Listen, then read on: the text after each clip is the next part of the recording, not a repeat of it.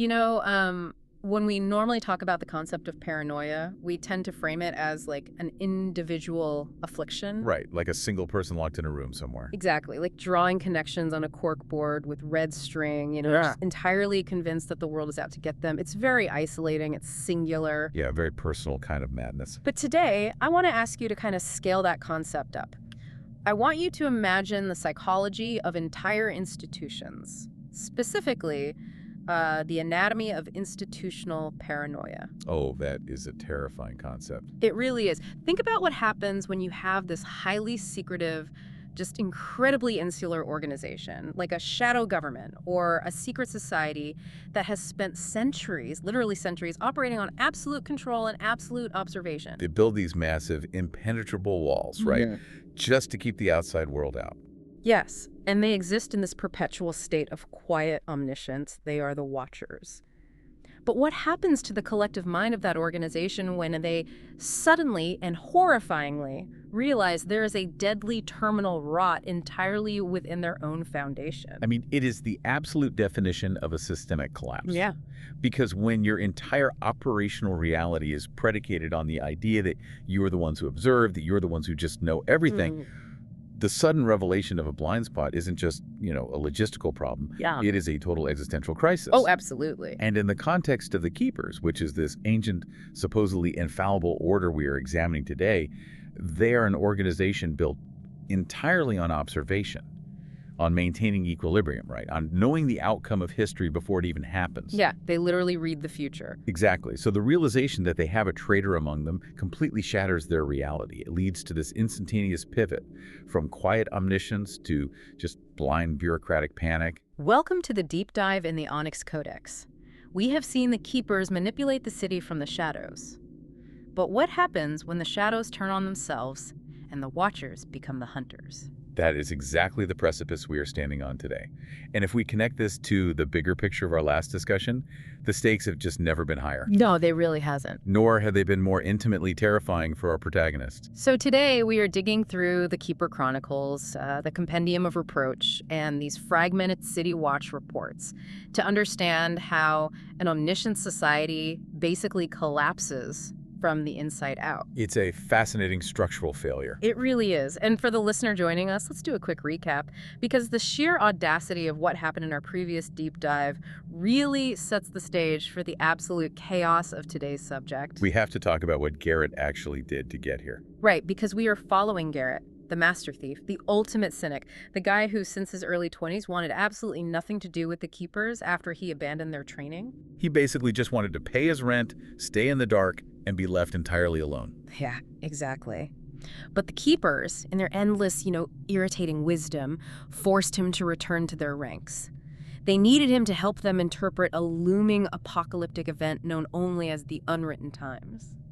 And I think forced is the operative word there. I mean, they didn't just ask nicely.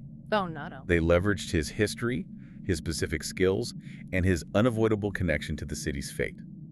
They demanded he prove his loyalty by essentially committing the most staggering acts of sacrilege imaginable. Against the city's two most powerful religious factions. Right. The most dangerous factions. Yeah, just to earn the Keepers' trust, just to get them to open their precious library doors, Garrett had to infiltrate the Hammerites, these fundamentalist, hammer-wielding zealots, and steal their most sacred relic, the Builder's Chalice. Which is basically a death sentence if you get caught. 100%. And as if that wasn't suicidal enough, he then had to descend into the damp, rotting domain of the pagans and steal the Jacknal's paw.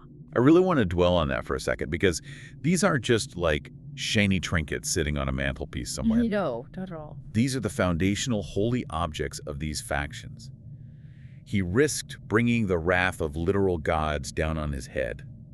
I mean, the Hammerites would have thrown him into a furnace without a second thought. Yeah, and the pagans would have just fed him to the earth. Exactly. What's so fascinating here is the psychological toll that takes on someone like Garrett. Because Garrett is a pragmatist, right? He steals for profit. Right. If a nobleman has a jeweled scepter, Garrett steals it to pay his landlord. Yes. But here, he is stealing for access. He is playing this cosmic game of chess, orchestrated by the Keepers, acting as their ultimate pawn. And all of this is just to gain access to their restricted texts. Specifically, the Compendium of Reproach. Right. He is completely stepping outside his comfort zone of pure capitalistic thievery into the realm of, like, theological warfare. And here's where it gets really interesting. He does all of this. He risks his life, alienates the entire city, hands over the artifacts, reads the prophecy, and what does he uncover? The worst possible news. Right. The horrifying truth that the Keepers are compromised. The unwritten times aren't just some vague external threat floating out there. The threat is inside the house. Yeah, there is a traitor hidden right among the Keepers. Which brings us directly into the immediate, disastrous fallout. Because a crisis of this magnitude, a mole within a secret society of omniscient observers, that requires incredibly strong leadership. Decisive, wise leadership. It requires a scalpel. Yes. But instead, the Keepers get first Keeper Orland. Oh, Orland. Orland is like an overactive autoimmune disease. The Keepers detected an infection, the traitor, but instead of targeting the virus, Orland's panic causes the system to basically attack its own healthy tissue. That is a perfect way to describe it. He just starts excommunicating their best assets. Let's talk about the fractured order and the absolute tyranny of this man. Because if there was ever a wrong person at the wrong time, it is first Keeper Orland.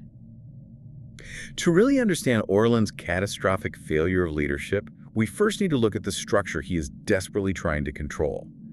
The Keepers are not a democracy. Not even close. They operate on a strict, arcane hierarchy built around the interpretation of glyph magic.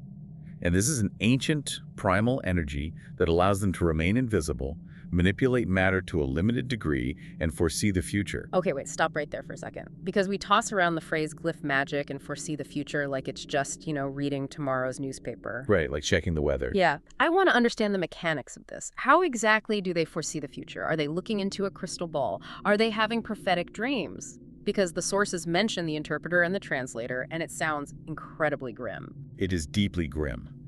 And it's essential to understand the physical toll this takes. It's not a crystal ball. Glyph magic is essentially the manipulation of reality source code. Reality source code, wow. When the Keepers read a glyph prophecy, they are trying to parse temporal data. The interpreter, who in this case is an elderly-looking woman named Caduca, is the one who actually interfaces with the glyphs. Okay. But reading them is not a passive act. The human brain and body are just not built to process four-dimensional temporal information. Right, our brains would just fry. Exactly.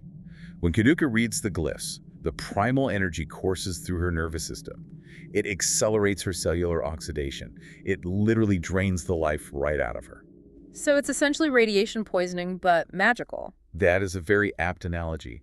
The energy required to look forward in time causes rapid cellular degradation. So you have an interpreter who might physically look like an 80-year-old woman, her skin paper thin, her bones brittle, but chronologically, she might only be in her 20s or 30s. That is just horrifying. She is burning her own life as fuel to illuminate the future for the Keepers. And yet she doesn't even get to just say what she sees, right? Because the prophecies are practically written in riddles. Correct. The temporal visions are fragmented, chaotic, completely nonlinear. Caduca cannot just sit there and say, the traitor's name is John. Right. She sees symbols, metaphors, colliding timelines. And that is where the translator comes in. The translator takes Caduca's raw, maddening visions and converts them into actionable intelligence for the Keeper Council. It is a delicate, deeply unnatural ecosystem of shared suffering. Very unnatural. And past First Keepers, like Xavier or even Garrett's old mentor Artemis, they understood the tragedy of this ecosystem. They understood the need for balance and nuance. Yeah, they had a philosophical grounding. Right. But Orland, on the other hand, represents this rigid, terrifying bureaucratic departure. He is not a mystic. He is an administrator. He is a middle manager. Exactly. He is a guy who loves rules, ledgers, and basically just maintaining his own authority. He operates under the delusion that if you just file the right paperwork, the universe will behave. And Orland's fragile grip on that bureaucratic illusion is completely shattered by the inciting incident of this entire crisis. Right, the murder of Interpreter Caduca. Yes. This is the moment the floor completely drops out from under the Keepers. Caduca, the woman sacrificing her youth to read the future, is found dead, murdered in her own chambers inside the supposedly impenetrable Keeper compound. The strategic implications of this just cannot be overstated. Think about it from a military perspective. Right as the Dark Age is looming, right as the unwritten times are upon them, the Keeper's radar array is completely destroyed. They are violently blinded. Yes. Without Caduca, the glyphs are silent, the prophecies cannot be navigated, and the realization that someone within their own walls bypassed all their magical security to assassinate their most vital asset, I mean, it sends the Council into absolute unbridled hysteria. Pure panic. This is where my autoimmune analogy comes back into play. Orland doesn't launch a genuine investigation. No, of course not. He doesn't lock down the compound, interview everyone, or try to trace the magical signatures of the killer. He is paralyzed by the fear of losing his position. He's just trying to save his own job? Exactly. The elders are looking to him for answers, and if he admits he has no idea who bypassed their security, he will be ousted. So he needs a scapegoat immediately to project an illusion of control. And who is the ultimate outsider? Who is the wild card who just recently forced his way back into their inner sanctum, who has a history of rebellion, and who possesses the skills to bypass any lock or guard? Garrett. It's so painfully obvious and so deeply corrupt. Orland just points the finger at Garrett. But I have a question here. I want your take on Orland's psychology in this specific moment. Okay. Does Orland actually genuinely believe Garrett is the killer? Or is Orland fully aware that he is framing an innocent man just to save his own skin? That is the brilliant ambiguity of Orland's character. I lean toward the idea that Orland is engaging in a terrifying form of doublethink. Oh, interesting. Deep down, the rational administrator in him knows the timeline doesn't make sense. Yeah. He knows Garrett has no motive to kill the Interpreter. He literally just risked his life to help. Right, he just stole holy artifacts to talk to her. Exactly. But the terrified politician in Orland needs it to be Garrett so badly that he convinces himself it's true. Paranoia is a hell of a drug. Yeah. It really is. It allows you to bend facts to fit your emotional survival needs. Orland doesn't care about the truth. He cares about the narrative. And Garrett is just the most convenient narrative to feed the panicked masses. The trial that follows proves exactly that. It is a masterclass in bureaucratic tyranny, a completely rigged tribunal. Orland uses the crisis to consolidate his power, turning the entire Keeper Order, a group that has spent centuries professing to revere balance above all things, into an angry, unbalanced lynch mob. It's pure hypocrisy. They entirely abandon their core philosophy to hunt down one man based on fabricated charges. It really exposes the fragility of their philosophy. Balance is easy to preach when you are sitting in a comfortable library watching the rest of the city burn. Right.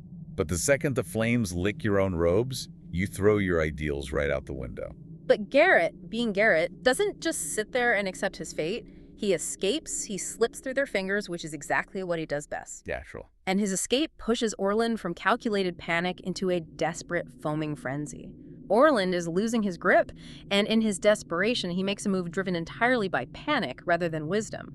He plans to prematurely promote the young translator, Gamal, to replace the murdered Caduca. Now, this is a crucial detail that will have massive ramifications later. Gamal is described in the sources as this eerie, exceptionally pale, emotionless young girl. Yeah, she is super creepy. She is the translator. She was meant to succeed Caduca eventually, decades from now, but she is nowhere near ready to take on the physical and mental burden of the primal energy. She's just a kid.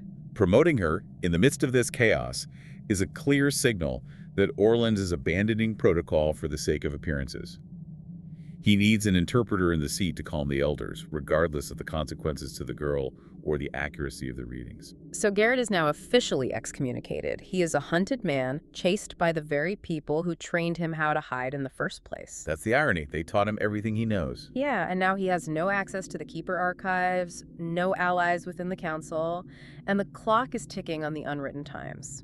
He knows there is a traitor, but he has zero institutional support to find them. He is entirely on his own. Which forces a fascinating pivot in his methodology. Because Garrett can no longer rely on the Keepers to decipher the compendium of reproach for him, he has to interpret the prophecy on his own terms. He has to look at it differently. Yeah, he has to take this arcane text and apply a thief's logic to it. Yes. The compendium of reproach states a very specific, terrifying condition for the unwritten times. It says that the evil ones will be revealed when time ceases to exist. Now, if you are a Keeper elder, right, sitting in a dusty library, surrounded by the fumes of ancient magic, you read, when time ceases to exist, and you assume it's a cosmic, metaphysical event. You picture the stars halting in the sky, right? Exactly. A grand, magical paradigm shift, the literal unspooling of reality. But Garrett isn't a mystic, he's a pragmatist. He looks at the physical world. He doesn't think in metaphors, he thinks in brick, mortar, gears, and gold. He's very grounded. When Garrett hears time ceases to exist, he doesn't look up at the cosmos. He looks out over the skyline of the city and fixes his gaze on its most prominent, literal timepiece, the Stonemarket Clocktower. This leap of logic is brilliant because it grounds the high fantasy of the Keepers into the gritty, industrial reality of the city. I really want to spend some real time exploring the lore of this clock tower, because it is not just a big clock, it is a monolithic monument to an ideology. Let's dig into the Hammerite perspective here. So the Stonemarket Clocktower is a massive, centuries-old Hammerite structure. It is an architectural marvel of the city, dominating the skyline. But its history is incredibly grim. Yeah, it's really dark. The sources we have detail a very dark legacy. The massive gears grinding inside that tower have, according to the lore, literally killed more men than the city's guillotine. That detail is just horrific, just massive metal jaws crushing people. It is. Construction was historically halted multiple times due to gruesome, fatal accidents. Workers refused to climb the scaffolding, believing the place was cursed. And there were rumors too, right? Oh yeah. There were rampant rumors that the original chief engineer was crushed to death within his own colossal mechanisms, his bones ground right into the cogs. But the Hammerites pushed forward anyway. Because to the Hammerites, the clock tower is the ultimate physical manifestation of their ideals. It represents relentless industry, unyielding law, and a completely mechanical, deterministic view of the universe. They are obsessed with order. Right. They worship the builder. They view society as an engine. Every person is just a cog.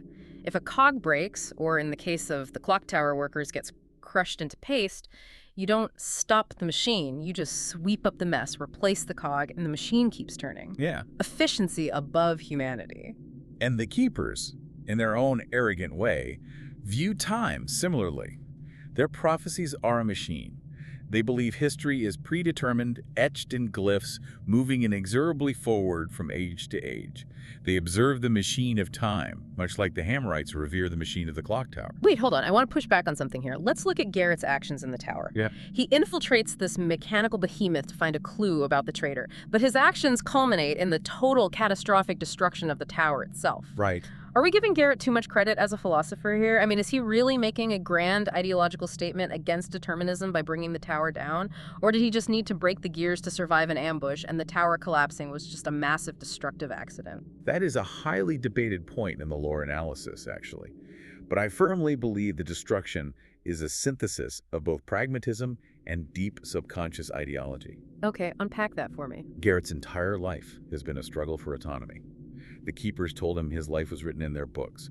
The Hammerites would tell him his life belongs to the builder's design.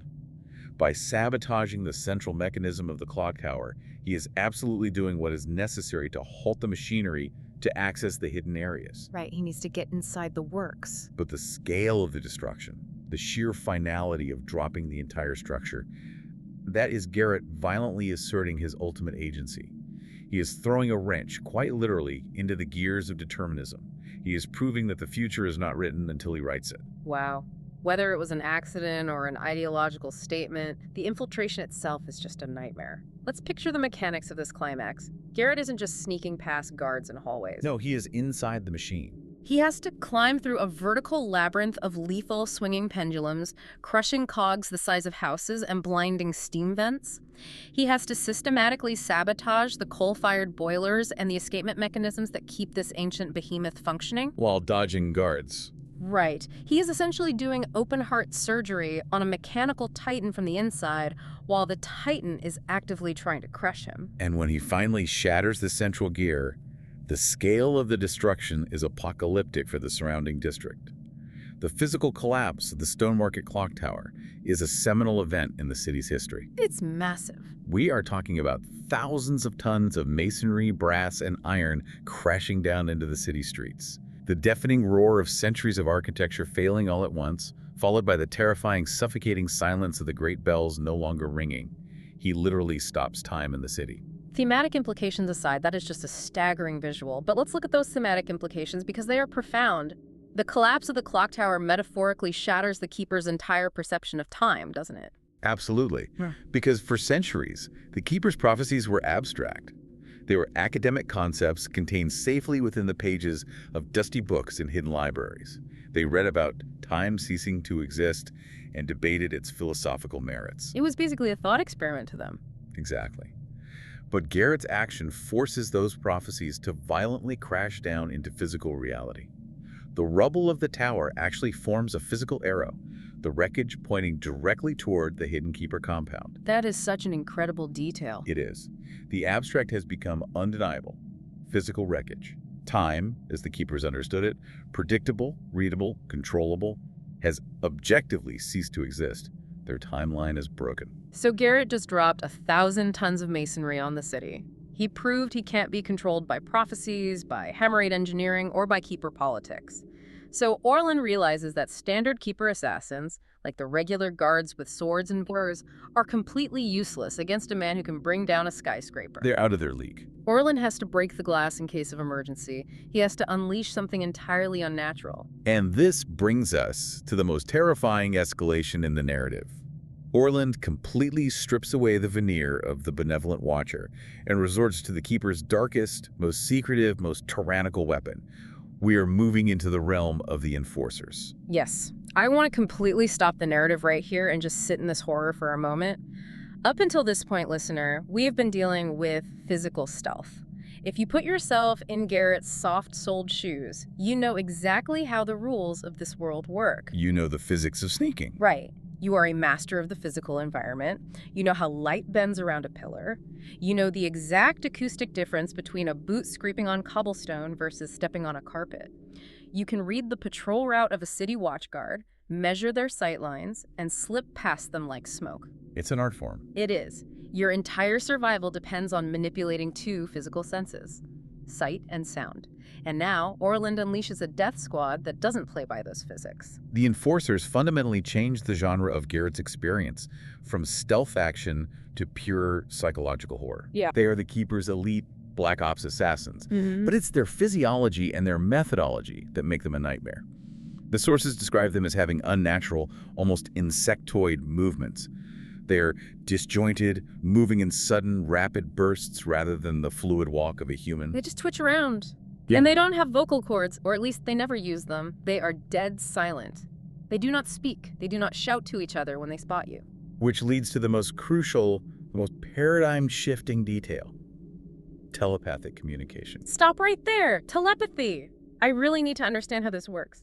Because if they can just hear his thoughts, if they can pinpoint his mind, why didn't they catch him the second he stepped out of the Clocktower rubble? That's a great point. How does telepathy even function in the context of Keeper magic, and more importantly, how do you hide from it? It is a brilliant question, and it speaks to the limitations of even the most terrifying magic. The Enforcers operate on a localized hive mind protocol. It isn't that they can read every thought in the city at all times, like a radio broadcast. So they aren't omniscient. No. Their telepathy is tied to intent and awareness. If one Enforcer visually or audibly senses you, the awareness of your exact location is instantly transmitted to every other Enforcer in the sector. There is no raising an alarm, no blowing a whistle, no delay. So it's an instantaneous tactical network. Exactly. But it goes deeper. They can sense the intent of a mind. They can feel the spikes of fear, the calculation of an escape route, the adrenaline of a nearby human. So how does Garrett hide? I mean, how do you mask your own consciousness? If crouching in the shadows hides your body, how do you put a shadow over your mind? It requires a level of mental discipline that borders on the impossible. In human psychology, there's something called the Orienting reflex. The Orienting reflex, what is that? If you hear a sound in the dark, your brain immediately spikes with activity, calculating threat, shifting attention. It's automatic. Garrett has to learn to completely suppress his Orienting reflex. Oh. He has to empty his mind while simultaneously calculating complex physical escape routes, monitoring his breathing, and tracking multiple telepathic predators. He has to project a state of complete mental neutrality. He must convince the Enforcer's telepathic radar that his mind is just a brick in the wall, an empty space. That sounds absolutely exhausting. Imagine crouching in the darkest corner of an alleyway. A normal city watchguard walks by, looks into the dark, sees nothing, shrugs, and moves on. You hold your breath and you're safe. A physical threat. Right. But an enforcer walks by, stops, and hears the panic in your amygdala.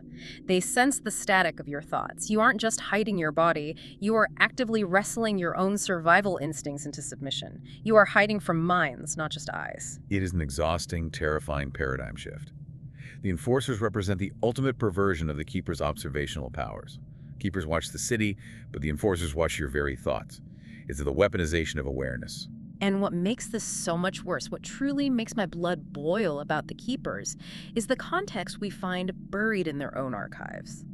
If you dig into the lore from the scattered documents Garrett finds, you discover that Orland didn't just invent the enforcers out of thin air for this crisis. No, they've been around. The Keeper Council actually debated using the enforcers on Garrett years ago, back when he first left the Order in his early 20s. That is a staggering historical revelation. It completely reframes Garrett's entire relationship with the Keepers. It shows that they have always held a knife to his back. I want to aggressively call out the Keepers right here. The sheer, unadulterated hypocrisy is breathtaking.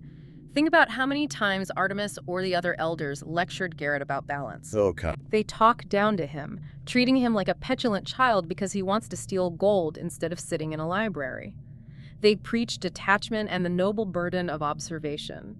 Yet the moment a 20-year-old kid decides he doesn't want to be in their weird, aging magic cult anymore, they sit around a mahogany table and calmly debate unleashing a telepathic insectoid death squad to murder him in his sleep. You are absolutely right to be furious, and it is a vital thematic point. The revelation of the enforcers shatters the myth of the Keeper's benevolence entirely. They posture themselves as elevated above the city's petty squabbles. Like they're above it all. Right. But the enforcers prove they are just another tyrannical faction, willing to wield absolute violence to enforce compliance. They are no different from the Hammerites burning heretics in their furnaces or the pagans sacrificing victims in the woods. They just do it quietly, from the shadows, without leaving a body, claiming it's for the greater good of the timeline. It really makes you wonder about the dark history of the Order. How many other acolytes who decided to leave didn't have a prophecy protecting them? How many people simply vanish into the night, their minds erased, because the Council voted to silence dissent? Orland is a monster, yes, but he didn't build the enforcers. He just finally took them off the leash. Garrett is surviving against a system that was designed from the ground up to eradicate anomalies exactly like him. And the fact that Garrett survives the enforcers while navigating the fallout of the falling Clocktower is a testament to his unparalleled skill and mental fortitude. But survival is not a solution. He is in a stalemate. He can't run forever. He is a hunted man with a target permanently painted on his back, and the telepathic hounds are always sniffing for his thoughts. To clear his name, to stop the enforcers, and to save the city from the unwritten times, he cannot just hide in the shadows indefinitely. He must uncover the true identity of the traitor. He must go on the offensive. Garrett knows Orland is corrupt. He knows Orland is a panicked bureaucrat who unleashed a death squad. But being a coward isn't the same as being the prophesied traitor who murdered Caduca. Right. He needs actual proof. Garrett needs proof. He needs evidence that ties Orland directly to the conspiracy. So, in an act of incredible, almost suicidal daring, Garrett decides to hit the hornet's nest. He infiltrates the Keeper compound while being actively hunted by enforcers and breaks into First Keeper Orland's personal chambers. He's looking for a smoking gun, a hidden ledger, a letter to an accomplice, a poison vial, anything that proves Orland orchestrated the betrayal. But what he finds is so much more bizarre and so much more disturbing than a simple corrupt politician. He doesn't find evidence of Orland's guilt. Instead, he slips into Orland's quarters and encounters a strange, bent old woman. Oh, this part is so unsettling. She's just standing there inside the most highly secured, magically warded facility in the entire city, and she is seemingly having a casual, whispered conversation with inanimate statues. It is a surreal, deeply chilling moment. The Keepers are fortified against all physical and magical intrusion. Their walls are laced with glyphs. They have enforcers patrolling the halls. Yet this old woman is wandering the halls of power, entirely unnoticed by Orland, unseen by the telepathic assassins, as if she belongs there. She's a complete anomaly. Garrett, sensing that something is profoundly wrong with this entity, manages to escape without her noticing him. But he realizes he is out of his depth. This isn't keeper politics anymore. This is something older. Something much darker. He needs outside counsel. He needs an expert on the bizarre. So he tracks down a man named Inspector Drept. Let's talk about Drept, because this guy brings an entirely new flavor to the investigation. Inspector Drept is a fascinating figure in the city's lore. He is a Hammerite, but he is not a standard hammer-swinging zealot guarding a temple. He is an inspector. Like a detective. Essentially, he is a religious detective who specializes in investigating the occult, the supernatural, and the deeply wrong things that happen in the city's most diseased shadows. He's the guy the Hammerites send in when a problem can't be solved by just hitting it with a mallet. And when Garrett describes the old woman in Orland's room to Drept, the inspector's reaction is visceral. He doesn't stroke his chin and consult a textbook. He turns pale. He is terrified. Drept provides the missing link that shatters the entire investigation wide open. He identifies this old woman not as a row keeper, not as an illusion, but as the Hag. The Hag is a creature straight out of the city's darkest, most repressed folklore. If you look at the cultural artifacts of the city, the nursery rhymes, the tavern stories, the Hag is a bogeyman used to frighten disobedient children. Like a campfire story. Exactly. She is a monstrous entity rumored to steal skin, to live forever by committing horrific, ritualistic mutilations. Most educated citizens, and certainly the keepers, dismiss her as a peasant's myth. But Drept confirms she is real. And he knows this because he didn't read about her in a Hammerite scroll. He knows this because of a deeply traumatic personal experience. Exactly. Drept isn't theorizing. He lived it. He advises Garrett based on a childhood memory that has scarred his entire life, a memory that defined his entire career as an inspector. When Drept was just a young boy, long before he joined the Hammerites, he witnessed the Hag. He saw her face. He saw her murder his childhood friend in cold blood. And he saw her in a very specific, incredibly terrifying location, a location that we have to discuss. This is where all the disparate threads of our deep dive begin to pull tight into a single, inescapable knot. The trail of breadcrumbs is horrifying in its clarity. Let's trace it back. We started with the murdered Interpreter Caduca. That led to the physical collapse of the Stonemarket Clocktower. That unleashed the telepathic terror of the enforcers. That forced Garrett into Orland's room, where he saw the Hag. And that led him to Inspector Drept's chilling childhood trauma. In all of those threads, the magic, the machinery, the paranoia, and the folklore, they all converge on one singular place on the city map. An abandoned orphanage and insane asylum. A place so steeped in misery, suffering, and dark memory that even the keepers, with all their primal magic, their telepathic assassins, and their omniscience, refuse to step foot near it. The Shalebridge Cradle. Just the name sends a shiver down the spine. The Shalebridge Cradle. So let's step back and look at the sheer weight of where we are right now. Garrett has survived the impossible. He really has. He has survived the wrath and betrayal of his own ancient order. He has survived the physical, catastrophic collapse of a monolithic tower while inside its gears. He has evaded assassins that can literally read the fear in his mind. But none of that is enough. He still doesn't have the answers. No, the mystery is still unsolved. To stop the Hag, to expose the true traitor who invited her into the Keeper compound, and to prevent the unwritten times from consuming the city, he has to walk into the belly of the beast. He has to follow Drept's trauma to its physical source. The trail leads inevitably to the rotting doors of the Shalebridge Cradle. And we must emphasize for the listener, the Cradle is not just an empty building. It's not just a haunted house. No, it is not just a spooky ruin with creaky floorboards. It is an entity. It is a structure that, according to the lore we will explore, literally remembers its inhabitants. It absorbed the madness of the asylum patients and the profound despair of the orphans it housed, and it holds onto those memories like a physical malignant force. That is going to be the central focus of our next deep dive, and believe me, you're going to want to leave the lights on for that one. We're going to break down the architecture of memory and madness. But before we wrap up today's exploration of institutional paranoia, I want to leave you with a final provocative thought, something to really mull over about the nature of power and arrogance. Consider the Keepers as a whole. Look at the immense power they wielded. This is an order that possesses magical glyphs, capable of bending reality and accelerating time. They have ancient, sprawling subterranean libraries containing the accumulated secret knowledge of centuries. It's staggering. They have the literal ability to look through the veil of time and foresee the future. Right.